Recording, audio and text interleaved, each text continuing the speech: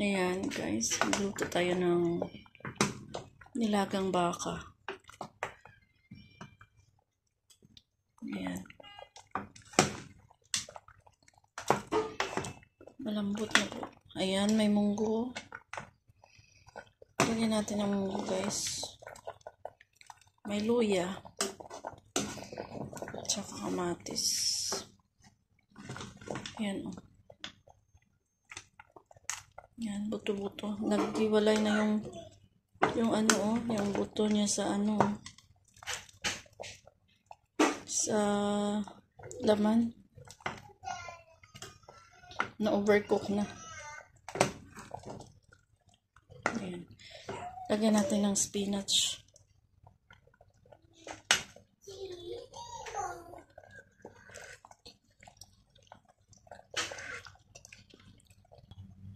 So, ito guys, ito yung ilalagay natin.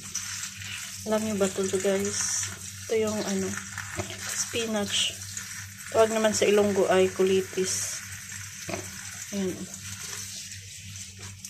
Ito yung ilagay natin sa sa buto-buto. Paborito ko tong gulay. Ayan. Gasa natin sa filter.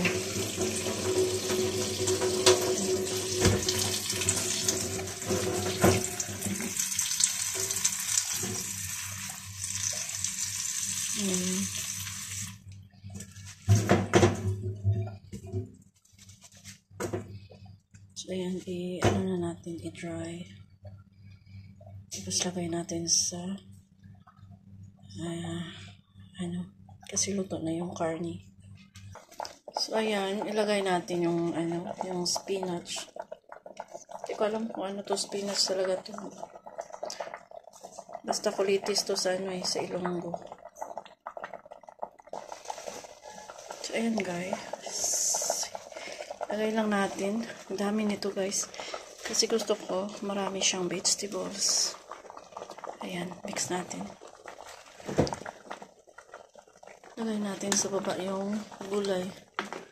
Para siya maluto. Ito siya ng, ayan may munggo siya. May munggo.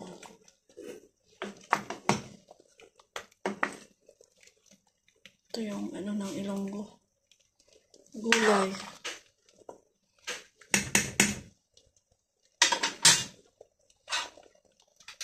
Ayan. Lagay natin lahat. Ayan. Ayan. Ayan. Ayan, dami siyang steam. Kasi yung steam niya, hindi siya matigas. Malambot. So, ayan. Diba?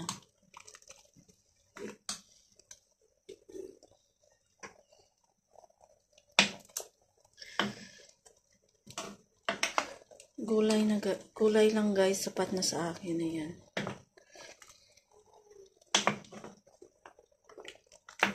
Natin mga 5 minutes maluto na to. Ang dami niya. Diba masarap pag maraming gulay. Yung yung tinula. Ayan malambot na yung buto-buto. Ayan.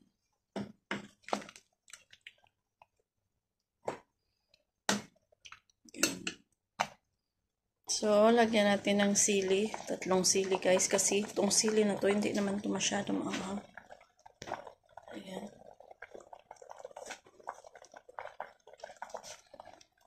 Ayan. Mix lang natin.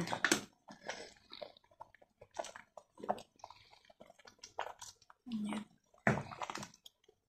Tapos takpan natin siya. Para maluto. Ayan.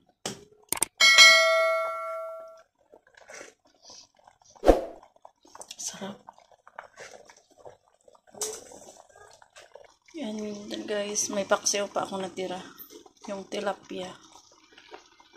Naubos na yung okra. Naubos ko kanina. Ayan, isa na lang yun natira.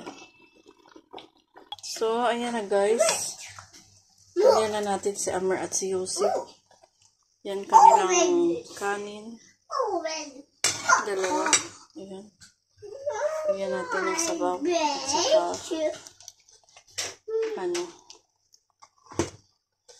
yung beef. Laman ng beef. Ayan. Thank you for watching, everyone. Maraming salamat, guys. Pakainin ko na muna yung dalawa. Kasi mag-alas 10 na. Late yung kanilang dinner. Thank you. God bless everyone. Maraming salamat. Bye-bye.